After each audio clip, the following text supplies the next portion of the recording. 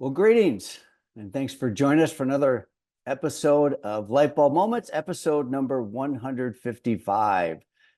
Subscribe to our YouTube channel to check out past episodes. Also, we are a podcast now, so I am Tom Kuhn. I'm host and curator of Lightbulb Moments, and I'm thrilled you're joining us today.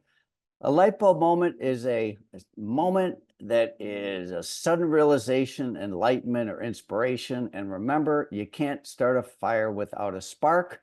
So hopefully you'll have some sparks of ideas today on light bulb moments. At Qnity, we're here to help you go from what's overwhelming, confusing, and complicated to a clearer path towards prosperity. And to prosper, remember to manage your ATM, the three currencies we have in life: attention, time, and money. And thanks for spending your precious time with us today. We love hearing from you.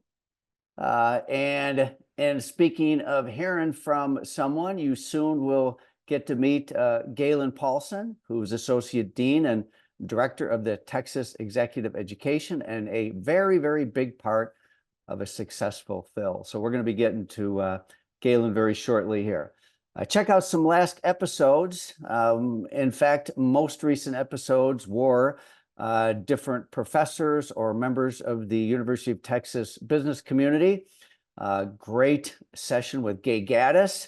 That was 2 weeks ago. Also, Katie Pritchard, another great episode. Dr. Elizabeth Richmond Garza, Sam Bricado, Mike Leggett, and then Liz and Jess Arundel. That's just a few of the most recent episodes. Certainly check them out. They're all fantastic. And I felt completely honored and pleased to have the opportunity to spend time with each of these unique individuals who are now part of our brain trust and have received their $1 million light bulbs. Submit a light bulb moment of your own on our website. We love hearing from you. And if you want to be a guest, you have ideas for a guest, let us know.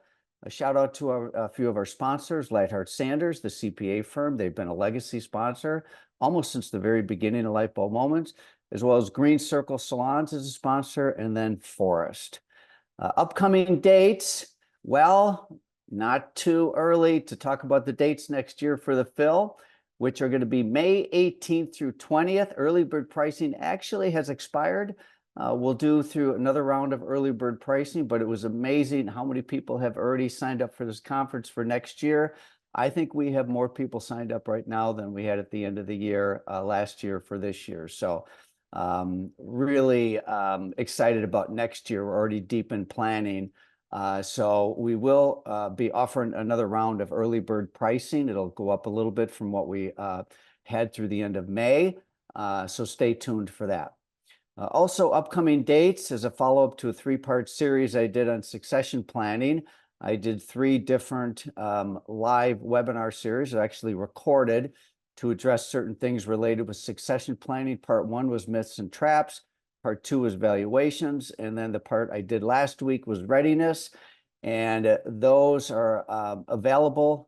You should check them out if you weren't able to participate live. Also, heads up. We have announced that we'll be starting a new succession circle. This will be a cohort group that will be led by Heath Smith and myself. This is the first time that I personally will be doing this type of, not entirely one-on-one, but a fair amount of one-on-one. This is a limited group. It is subject to an application. If you're interested in being part of this and are someone that works on your let go or go strategy, you might want to check this out. And I'm not going to spend any more time on that now. It is on our website. Also, we do have a succession masterclass coming up in the fall, October 7th, and that is going to be here before we know it. Also, don't forget about Erin's Money O2 podcast. She continues to interview some amazing guests. And so those are some dates. My light bulb moment last week, really, it was more than last week. I mean, was it 2 weeks ago? Was it 3 weeks ago? I don't know. It's been a blur. But we're still sort of basking in all of the energy around the 2024 Phil. I love this group photo that only Sean, the photographer, could pull off. We had a great group this year, and the feedback is just Unbelievable. I love this one. I got this one in the middle of the conference. Hi, Tom. Taking a moment mid-lecture to let you know urgently that this is hands down the most valuable conference I've ever attended. Incredibly done. Thank you. Boy, does that make my heart sing. And then another one, a quick note to tell you how incredible the Phil was. Honestly, as you know, I attend many events for this industry, but this year's Phil was truly the best in content, execution, and everything in between I've seen for the industry. I usually leave these things feeling exhausted from entertaining and listening to brand promotion disguised as education, but this was totally different. I'm leaving feeling inspired and thankful for the opportunity to participate, and knowing you, your team, and Qnity exists to support this industry. Cheers to an incredible event. How fitting that we have Gaylen Paulson to be part of this, because I do believe that these testimonials actually got an average rating of 5.0. Has a lot to do to a lot of different things, including our sponsors. We absolutely have to give credit to our sponsors to help pull an event off like this. There were many of them, and they're on the website. I also have them on the screen. I do want to give a shout out to the person that traveled the farthest, and that was the CEO and founder of Forrest, who came in from Ireland.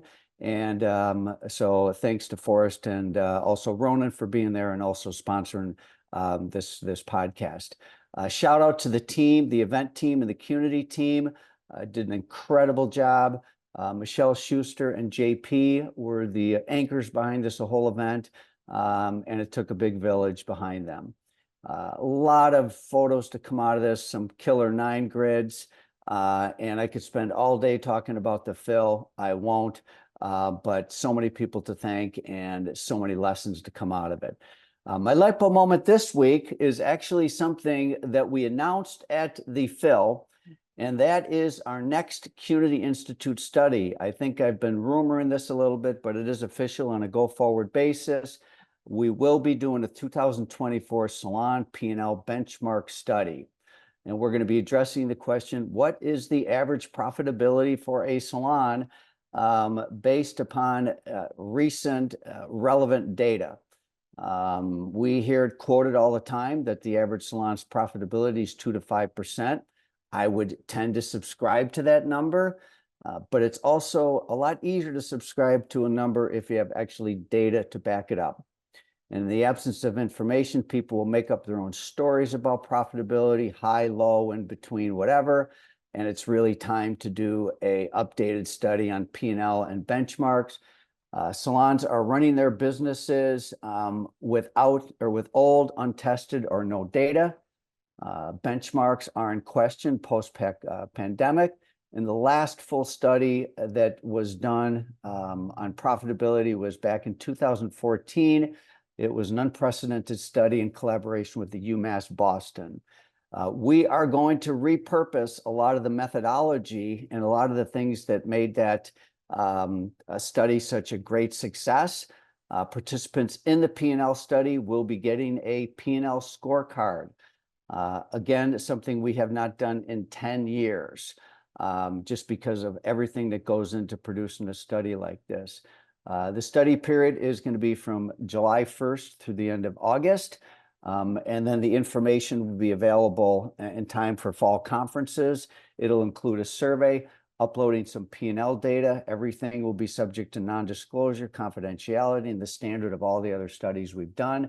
There'll also be an optional tax verification that will be described in the instructions. Participants will get a free scorecard, and they'll also get a P&L assessment and consult. I do have a QR screen and the QR code is on the screen here, but I'm going to have someone from the team just put something in the message about how to get involved in that. Again, this was based upon a full study we did in 2014, and we defined all the criteria and all the data cuts that we're going to get to in the study. And the beauty is that we are also going to be bringing in top analysts. I'll describe who that is in a moment, to create some correlations based upon profitability in certain business practices.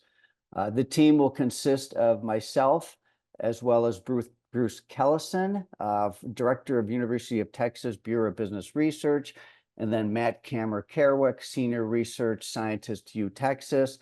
For those of you that were at the Phil, you had a chance to meet all of these individuals, hear about their incredible backgrounds. Also, shout out to Adriana Rispy from our team, who is there as Director of Operations in the Qnity Institute. So wanted to get this out there.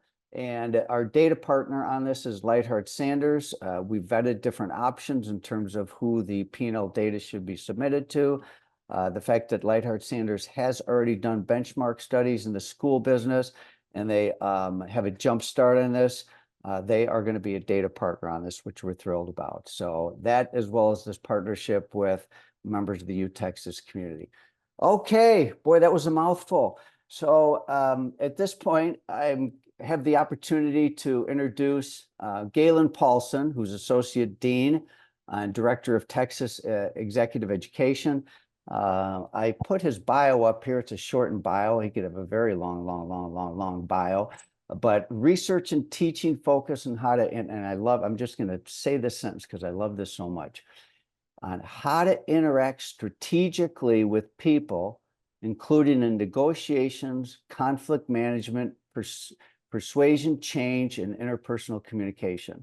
Gaylen's written about the process involving negotiation, confrontation, overcoming resistance to persuasion, and the impact of electronic communication on performance and perceptions of threats and warnings in the workplace.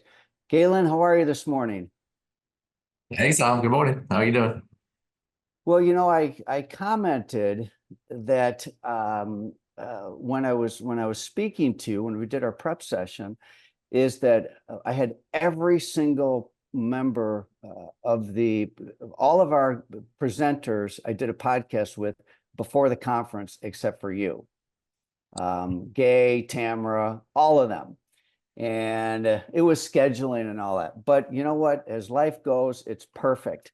It's really fitting that you're the person to come in at the end of this and to really unpack a little bit about the conference. So thanks for being my guest today. It's tough to go after Gay Goddess. So if it's always set the bar low, after Gay. She always she's awesome. So, and it sounds like you had such a great conference and so many cool people that you got to interact with. So super glad to be a part of it. Well, and you know, truly it's a shout out to the Texas Executive Education, which you are director of. We got to work with your team and they did a phenomenal job. So we are in discussions about next year and looking pretty far into the future because your team was phenomenal to work with. So shout out to you. So thank you for that. No, thank you. Yeah, it's a great group and we're lucky to get to work with some really fun people. And I know everybody really had a lot of fun working with Qnity and the folks that you brought. So excited about next year already. You know, I had some jealousy and I had some FOMO as the person at the conference that really couldn't sit in the chair and just be there a student and just totally soak it up. And the place I felt that most present was in your workshop. And I told everybody about that. I was completely transfixed by the concept of what you were doing. And I felt guilty leaving the room, but also felt guilty like I had to leave the room to float around. It was phenomenal what you did in terms of negotiate. To me, negotiation seems so, I don't know what the right word is. It's like almost a negative piece to it. But the twist and the lessons that you had were just phenomenal. I mean, major takeaways. So I want to get a little bit about, you know, a little bit about you more, but then I want to go to that particular session. Okay. Sure. So let's put that in the parking lot. But you know, we had a conversation, and you're from the Midwest, another Midwest person. I love that. Yeah, I grew up in western Wisconsin, a little town called River Falls, little college town, and jumped over when I went to the university. I went to the University of Minnesota, so just down the road from you guys. And then for graduate school, I jumped back over the top of Wisconsin. I went down to Chicago to Northwestern, and did my PhD down there, and came to Texas just on a one-year academic adventure. Right? They said, "Oh, come down for a visiting professor job," and that was 25 years ago or so. Wow. So Austin sucks you in, as maybe some folks experienced. It's a super cool place. It was a little different back in the late 90s. I guess that's when I arrived, late 90s. And it's gotten bigger, and a lot of different things have happened over the last 20 years, but it's a super fun place. Well, with my guests, I also like to get into lifestyle matters too. And part of your lifestyle, which I learned this week, was that you commute in the summer. I mean, you're like back and forth. So you're up in the Midwest. And I understand why getting out of Austin in the summer, I mean, especially like last year, I guess was more brutal than ever. But so your lifestyle is such that you go back and forth in the entire summer. Yeah, so it was 98 degrees here yesterday, and that's just we're just getting started, right? So early June. And so my family, we have a lake house on Lake Wapagasset up in Amory, Wisconsin. So my wife is there. My kids, when they were younger, used to stay there for the whole summer. Now they have to kind of figure their lives out a little bit too. But so we go up there. I'll fly out tomorrow night, Thursday night, and then come back on Sunday. And so it's been nice because we can do a little bit more work from home kind of things than what we used to. So I guess there were some benefits to what we learned during COVID, but I can work from home essentially on Friday and not have any kind of, don't miss a beat for the most part. But it's thankful that there's some direct flights. I can get back and forth, in a couple hours between Texas and Minneapolis. So It's a cool lifestyle. And in getting to know you a little bit, so you have these different roles and different hats that you wear. And you shared with me, I mean, you're director of the Texas Executive Education. I'm going to have you define that in just a moment here. And it's a little more on the administrative side. And I think what you mentioned to me is that, but you also love putting that professor hat back on and getting out there and teaching and that kind of stuff. So you really have that administrative function, within Texas Executive Education, then you get to teach. And so go through both roles, and this would be a good time to describe Texas Executive Education. sure. Sure. So and I see in my background, you can see a couple of hats up there. You can see my Wisconsin cheeseheads up there. And then also the cowboy hat, which we wear every day in Texas, which is such a stereotype. But yeah, so multiple hats for me, which kind of keeps things, keeps the variety and keeps things going. So I've been on the faculty, as I said, for like 24 years. But about 10 years ago, well, no, maybe 12 years ago, they tricked me into administration.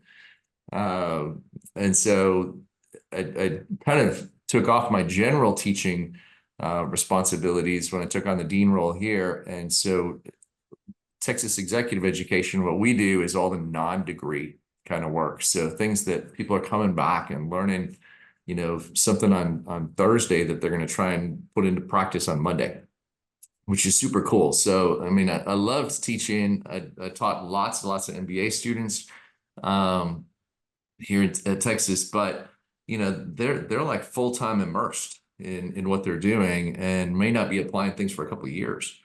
And the downside is too that nobody pays you to teach; they pay you to grade. All right. So grading and evaluating is just like when you're doing performance reviews and all that, it's nobody's favorite task. And so if you can imagine like going through a stack of papers for hours and hours on end and criticizing, I mean, it's a valuable thing for people, but it's not the fun part of teaching. So the fun part of teaching is when you're working with groups of people that have life experiences, that are looking to take things and be pragmatic and say, what can I do next week with the information that I have today? And so in exec ed, that's what we get to do is really be focused on practical applications of what we know to be true from research. Not just, this worked for me or this, this is how I did it, but okay, what do we know? And so it was fun listening to you talk about data, right? Like, okay, what does the data tell us and what can we learn from that and what can we do differently in our work? So that's a good segue over to the session that you did at the Phil. And I remember when you first described it to me back in March, and you were describing it, and I thought, well, it's take people out of their world. It's called the Sugar Bowl, and it's you kind of outlined this and said, you know what, let's do it. We trust you, and do do that program. And talking about applying some, I literally applied, and I sat through probably 20% of what you went through, and I literally applied some of it this afternoon. So not everybody got to sit through it, and it's outside the scope of this conversation to do a full presentation. But could you just share, just an overview of the activity, and then, some of the key takeaways, like the whole 80-20, and, so if you don't mind, I know you've taught this so many different times, you could speak to this in your sleep, but I want to hear it again. And I know that our listeners are going to enjoy that. So let's spend a little time on that, if that's okay with you. Sure. So the Sugar Bowl case is a case that I wrote, a long time ago. And it's one of these things that I can tell you about negotiation. I can tell you about some of the things that we know, but it's a lot more interesting in the context of an experience. So, we see experiential learning and those kinds of processes really helping people to embed concepts and think about things differently. So this little case just has you going out and either trying to buy or sell a bowl from somebody in the room, right? So you read through a little page of information, it takes you just a few minutes to read it, and then you go out and you have a conversation and come back. And the really fun part is that you get to actually see how you did. Mm-hmm. Right. So a lot of times we don't know how we did when we negotiate that, you leave a real world setting and you say, could I have gotten a little bit more? Did I have to give in that last time? Like where was the situation coming from the other party? And you don't know. They're not going to tell you. And so what we get to do in class is to unpack then, here's what you knew and here's what they had going on. And then we get to kind of experience maybe some different emotions. There's a little bit of surprise. There's this idea that you don't learn unless you're surprised. Mm-hmm. So, if I tell you something that just kind of makes sense, your brain doesn't change. But when you have this kind of emotional response, it's like, wow, what happened there? And what went wrong? Or that's not what I expected. Then all of a sudden your brain has to open up and curiosity gets engaged and you go, okay, how do I fill that gap? Here's what I thought I knew and here's what happened. Like, what am I going to do to bridge that gap? And so we open gaps and then we try to close the gaps. So, we give people that experience and then they say, okay, what could I have done differently? How could I have, gotten a better deal? And so we do talk about things like 80-20s where we say, you want to spend 80% of your time preparing for these conversations, whether it's influence or negotiation or conflict. You want to spend a good bit of time really thinking through how you're going to approach this. And then 20% of the time interacting. And what a lot of times people are going to do is they're going to flip that. That I'm going to spend 20% of the time preparing and say, I don't really know what's coming. And so I flip it. And then I get into that conversation and maybe it doesn't go as well as it could have because I didn't prepare thoroughly. The second 80-20 we say is to spend 80% of your time thinking about them and 20% thinking about you. Because your world, your situation, and the stuff that you really are trying to figure out is what's going on from the other party's perspective. So there's, tons of research around empathy. And really what empathy does for us as we try to understand how things look from the other party's perspective, not to put yourself in their shoes per se, because sometimes there's some emotional problems with doing that, but saying like, okay, how does this sound to them? And what are their needs looking like? And what are their objectives? And how am I going to try and address those needs and understand things, as I start to think about their point of view? And then in the conversation, the third 80-20 rule we talk about is 80% of the conversation should be about them and 20% about you. And so I'm going to ask lots more questions. I'm going to spend time trying to understand where you're coming from and then see if I can't deliver value in unique ways. And then in turn, get my needs met. So yeah, those 80-20s are certainly a cool thing. But in the context of this case, it becomes much more enlightening, much more exciting and fun to learn in the context of an experience. So that's what we do in the class. Yeah, it was phenomenal. And then you also talk about from a seller and buyer perspective, you break down between hopes, limits, and alternatives. Do you mind spending a little bit of time talking on that? Yeah. It's fun too, because like sometimes I'll work with groups of buyers and sometimes I'm working with groups of sellers.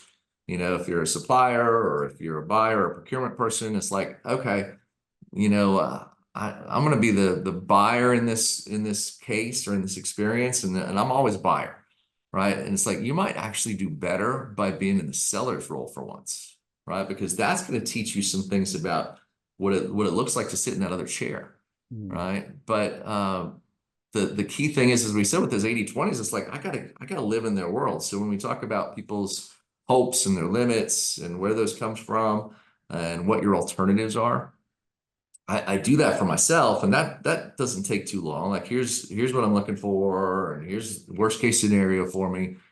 But 80% of my time maybe needs to be spent saying where are they coming from, and a big part of that does relate to your alternative and to their alternatives. So if I've got a great alternative, it's the housing market here in Austin's changed a bunch in the last 18 months, for example. We had my neighbor was selling their house, maybe it's 2022. Um, and we sat on the front porch, right, on the weekend that they were doing these open house kind of things. And every half hour there was an appointment for 12 hours on Friday and 12 hours on Saturday. And they had every half hour. So they had 48 showings, right, Wow. in 2 days. And on Monday, they had 7 or 8 offers to choose from.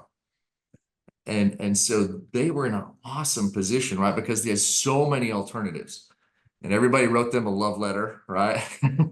So that with their offer, they said, "Oh, here's my family," and all those kind of things. But they're in a great spot. And now 2 years later, things look a little different, don't they? That real estate markets in Austin and other places in the country are not as hot as they were 2 years ago. And so suddenly now the buyer's in a better spot because they have lots of alternatives. So one of the really big things for us to do as we're preparing is to say, what other options do I have?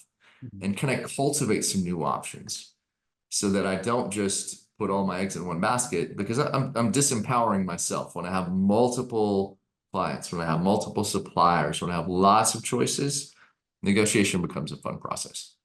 Mm. Yeah, I love how you explain that too. And what I think uh, there's common sense to a lot of what you say. And but what you do is you go beyond common sense and add research, and then more importantly, have a framework around it. I mean, you literally Mm. can frame, a framework around having conversations like this. And I have to ask, so would you include staff communication, for example, one-on-ones to, fit within this model?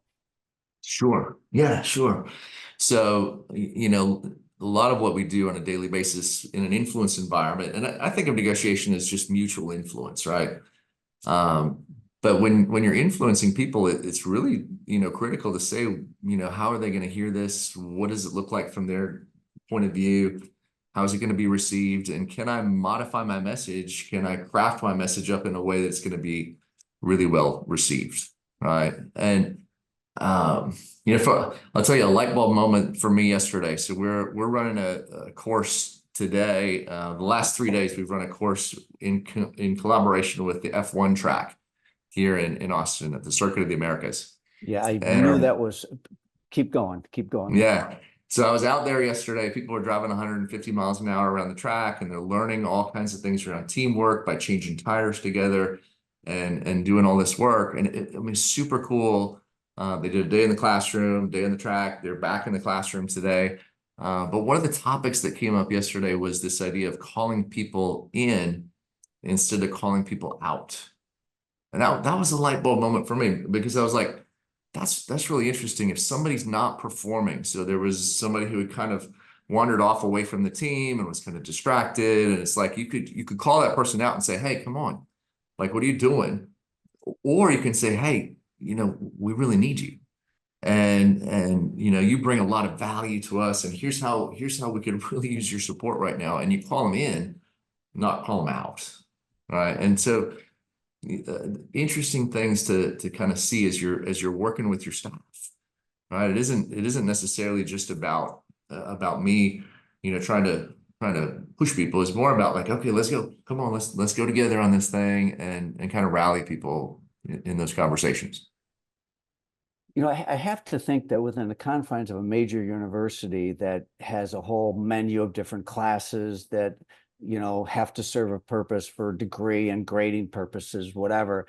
But to have the opportunity to be creative and do the kind of stuff that you do, because I do think that what your function within the university offers is great creativity. And one of the things that we enjoyed so much is the amount of customization we did back and forth. But I got to come back to this F1 thing now. So, because Bob from your team had shared that flyer with me a few times, and it was like maybe in another year, but this is the first time you've done that, right? Yeah. So you Yeah, have, it's brand new. And so this is our pilot. Um, but it's we talk about things that when you can get creative, it's when there's unique things that you can bring, right? There's only one F1 track in North America.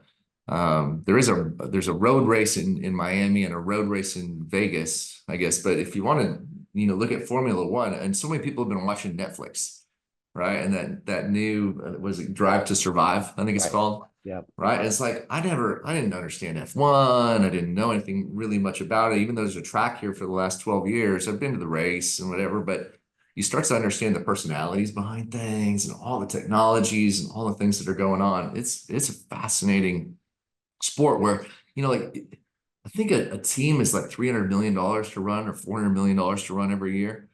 And they have like 1,200 people. It's a massive thing, right? And there's a ton of things that we get to learn by looking at a context where for them, a second might mean millions of dollars, right? If you're a second faster or a fraction of a second faster around that track, it's the difference between first and last. And so, what happens as we look at performance in that context, as we look at teams, as we look at how they organize and execute operationally, what's their strategy? There's so much to learn. So it's been really fun to collaborate on that front. So it's like, what do you look around for and see how you can be unique? And that was one of the things we saw in Austin that said, this looks like something that nobody else has. Let's try and leverage that and be creative with it. Yeah, it's really unbelievable concept. I mean, I'm curious. So what type of vehicles were participating, were they driving? What kind of cars were they driving? So yesterday they were driving BMW M4s, which I'm not a car guy, but we go to that track and you just see these great. Yesterday McLaren was loading in. They were coming in for 5 days to drive the track with McLarens. Now, I mean, like I didn't know what a McLaren was, but it's like it's on par with Ferrari Mhm. and Mercedes and these different high performance vehicles. And so it's fun to just see the Lamborghinis and all these, but we were driving M4s, which are a kind of a stock car, but they're high performance vehicles. I got to ride around the track in a Ferrari. There was $1 million Ferrari and a professional driver racing us around going 175 miles an hour. He was only going 80% because we didn't need to go all out. Let's go 80%, 175 miles an hour. It's terrifying. Did you do any driving yourself I with the got to BMW? drive. I didn't yesterday. I was tied up doing other things, but I got to drive out there last fall as we were preparing these things, and I got to drive in some sort of open air kind of thing, and I think maybe I went 120, 125 miles an hour in this little, I can't remember what it's even called. But it's super intense. But it's also really fun. So, we go out there, we are coached really heavily and you're guided through this process and you leave your comfort zone. That's kind of what learning is about too, as I mentioned earlier, right? You leave your comfort zone and you try and soak in as much as you can. It's not that often that as adults that we leave our comfort zone real significantly and do something maybe that we're not good at all and get to learn something new. Another program that we run, we actually take people down to the lake and we put them into these boats with 8 people in it, right? If you saw the movie The Boys in the Boat, Right. Yeah. right? Skulls, I think they're called. Yeah. Yeah. And so you get in that boat and we learn about teamwork, right? And so you get in there and you realize that if you're not in sync with the rest of the team, right, that doesn't matter how strong you are. It doesn't matter if you're pulling really hard. It's like if you're out of sync, the boat doesn't flow right. And what you're looking to do is to get into that kind of team mode where everybody's in sync, and you start to get in the boating, in the rowing world, they call it swing, and you feel that boat just start to surge. Every pull, it's like just surges. It's a beautiful thing. It's just hard to get there. And it takes a lot more work with your team to get into sync. And we got to put more time and more effort into making sure that everybody's aligned and kind of pulling in that same direction and the same timing. But once it starts to click, it feels super good.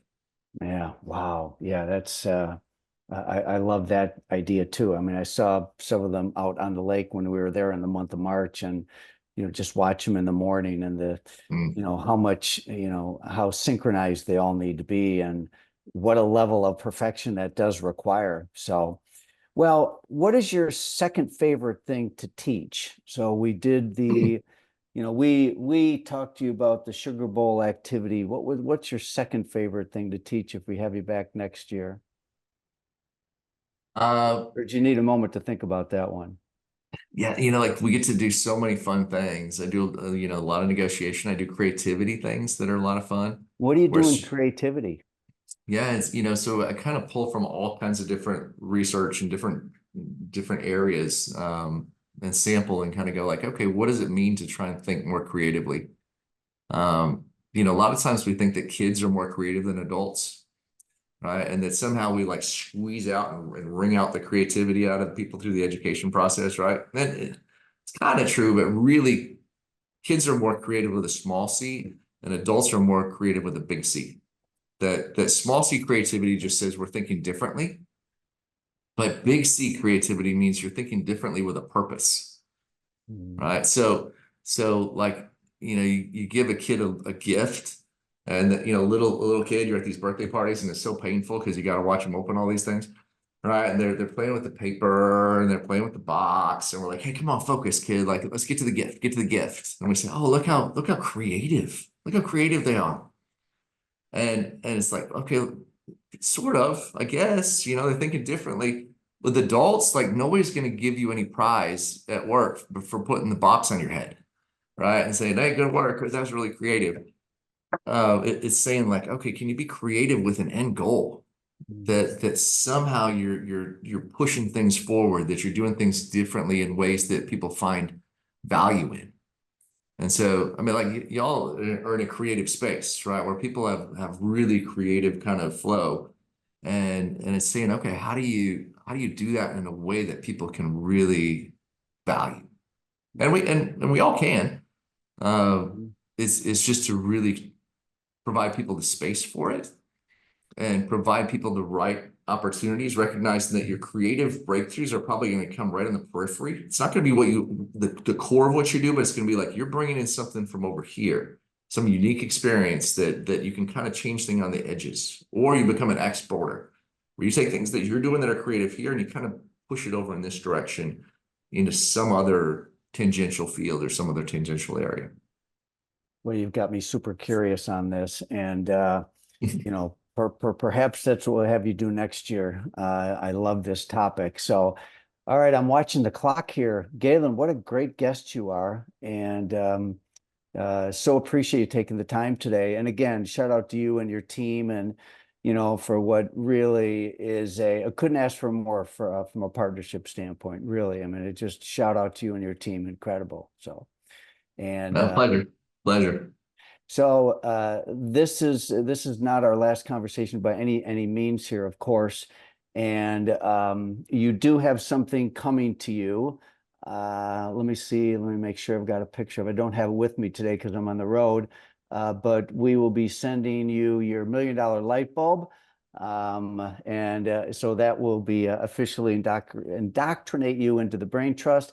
Let's everybody give Gaylen a virtual round of applause here. Give him a little shout out in the chat there. And then Gaylen, sometime when you're coming through the Twin Cities, you got to look me up, please. So we got to spend a minute together. Absolutely. All right. Okay, all. Thanks for joining us for another episode of Lightbulb Moments. Another great guests. Gaylen, check out past episodes also. We are on next week, and we're looking forward to a fun summer with all of you, and hope all of you, as we approach the summer, look forward to not only a productive summer, but spend a little bit of time at the lake like Gaylen's doing with this family. That's certainly something that I'm going to be doing over this weekend. I'm going up to northern Minnesota, so do take the time to fill your bucket. And again, Gaylen, thanks for joining us. All the best to all of you, and we'll see you very soon. Thanks again to our sponsors also. Bye now.